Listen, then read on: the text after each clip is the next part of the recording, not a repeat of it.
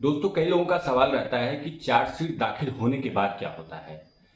देखिए, किसी मामले में जब एफआईआर पंजीकृत की जाती है तो पहले विवेचना होती है। विवेचना होने के बाद चार्जशीट प्रस्तुत की जाती है न्यायालय में। अगर न्यायालय में चार्जशीट प्रस्तुत हो चुकी है और आरोपी अगर जेल में है तो वह सबसे पहले बेल करवाता है। बेल करवाने के बाद हर डेट पर वह न्यायालय में प्रस्तुत रहता है। लेकिन अगर एफआईआर पंजीकृत की गई, आईओ इन्वेस्टिगेशन करता है और अगर पाता है कि इस अपराध में इस आरोपी का कोई भी रोल नहीं है तो वह एफआईआर लगा देती है, यानी फाइनल रिपोर्ट लगा देती है और मामले को वहीं खत्म कर देती है। लेकिन अगर आपके मामले में चार्जशीट न्यायालय में आ चुकी है, तब आपको क्या करना है? तब सबसे पहले तो मजिस्ट्रेट साहब आपको देखते हैं कि आपके खिलाफ जो रिपोर्ट आई है, मतलब चार्जशीट आई है, उसमें आपका कोई भी अपराध बन रहा है कि नहीं। ऐसे नहीं है कि कोई भी रिपोर्ट डाल दिया, कोई भी चार्जशीट लाके पुलिस ने बना दिया कहानी और आपको जो है सजा सुना दिया गया। मजिस्ट्रेट साहब भी पहले तय करते हैं कि आपके खिलाफ कोई भी गवाह, कोई भी सबूत या कोई भी साक्ष्य पर्याप्त है कि नहीं, इसका ट्रायल करना जरूरी है कि नहीं।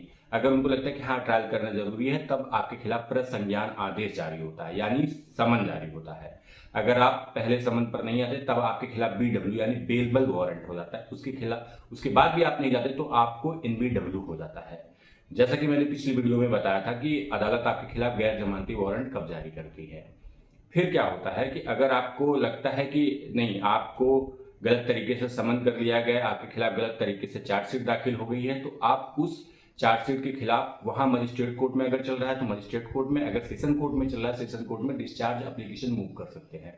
उसके बाद आपको क्रॉस एग्जामिन करने का मौका मिलेगा, सारी चीजें होंगी, वहां पे आपका डिस्चार्ज एप्लीकेशन ट्रीट हो जाएगा। अगर कुछ भी आपके पास सबूत पर्याप्त है कि नहीं आपको गलत तरीके से फंसाया गया, अगर वहां पे भी आपकी डिस्चार्ज एप्लीकेशन को डिसमिस कर दिया जाता है तो आप ऑनरेबल हाई कोर्ट आ सकते हैं, डिस्चार्ज एप्लीकेशन को चैलेंज कर सकते हैं।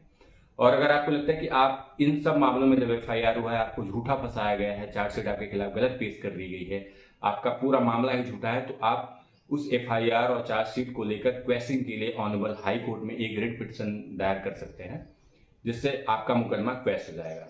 तो फिर मैं आता हूँ न्यायालय पे, न्यायालय की प्रक्रिया पे। जब चार्जशीट दाखिल हो जाती है तब वहां पे पूरी प्रक्रिया चलती है। अगर आप कोर्ट आपको दोषी पाती है तो आपके खिलाफ आपको सजा सुनाती है, और अगर आप निर्दोष पाए जाते हैं पूरे मामले में तो आपको बाइज्जत बरी कर दिया जाता है।